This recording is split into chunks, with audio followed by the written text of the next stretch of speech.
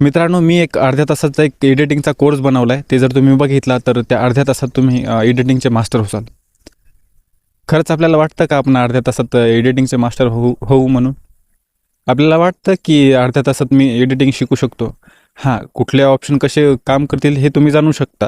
पण एडिटिंग ही long process आहे. ती काय एका दिवसात, अर्ध्या तासात, 4 दिवसात किंवा एका महिन्यात शिकण्यासारखी नाही आहे. जर समजा आपल्याला एक सीन आहे, तो सीन 4 कॅमेऱ्याने 4 वेगवेगळ्या अँगलने शूट केला आहे आणि त्या 4 कॅमेऱ्यांची आपल्याला एका सीनचा एक स्टोरी टेलिंग दाखवायची आहे. वेगवेगळ्या कॅमेऱ्याची एक प्रत्येक कॅमेऱ्याची एक एक क्लिप घ्यायची, जी की त्या सीनला योग्य ती स्टोरी टेलिंग दाखवेल आणि त्या पद्धतीने त्या क्लिपला आपल्याला अरेंज करावं लागेल. ते जमेल का आपल्याला? किंवा आपण काय बोलतो की मी कलर ग्रेड केला आहे एखाद्या सीनचा किंवा एका फुटेजचा. पण आपल्याला बेसिक्स माहीत नसतात. आपण तो कलर ग्रेड करण्याच्या अगोदर त्या फुटेजला कलर करेक्शन करावं लागतं.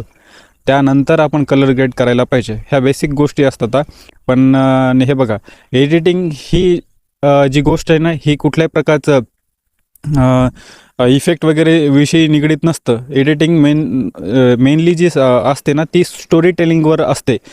एडिटिंग हे स्टोरी टेलिंग कशी करायची, कुठलाही इफेक्ट, कुठलंही ट्रान्झिशन हे का वापरलं आहे, त्याच्या पाठीमागचं कारण काय आहे, त्या सीनला ते किती 100% ते मॅच करू शकेल, ते स्टोरी टेलिंग किती जास्त इफेक्टिवली तो बनवू शकेल, तो कट यावर डिपेंड असतं. आणि आपल्याला आपल्याला सर्वांना माहीत आहे की कट एकदम सिम्पल असतो. 2 क्लिप असतात, त्याच्यामध्ये स्प्लिट नावाचा ऑप्शन असतं, कट नावाचा ऑप्शन असतं, ते कट मारणं हे सर्वात बेसिक आहे. पण माझ्या मते सर्वात महत्त्वाचं आणि सर्वात अवघड जे असतं ते कट मारणं असतं. कारण एका कटमुळे त्या पूर्ण सीनचा तो जो मिनिंग आहे तो बदलू शकतो. मला एका एडिटरने सांगितलं होतं, खूप मोठा एडिटर आहे, त्याने सांगितलं होतं की सर्वात सोपा असतो तो कट असतो आणि सर्वात अवघड पण असतो तो कटच असतो. कुठल्या ठिकाणी कट ठेवायचा आणि कुठल्या एका मिली सेकंदाने किंवा एका फ्रेमने जर कट मागे पुढे झाला ना, तर त्या सीनचा पूर्ण मिनिंग बदलू शकतो.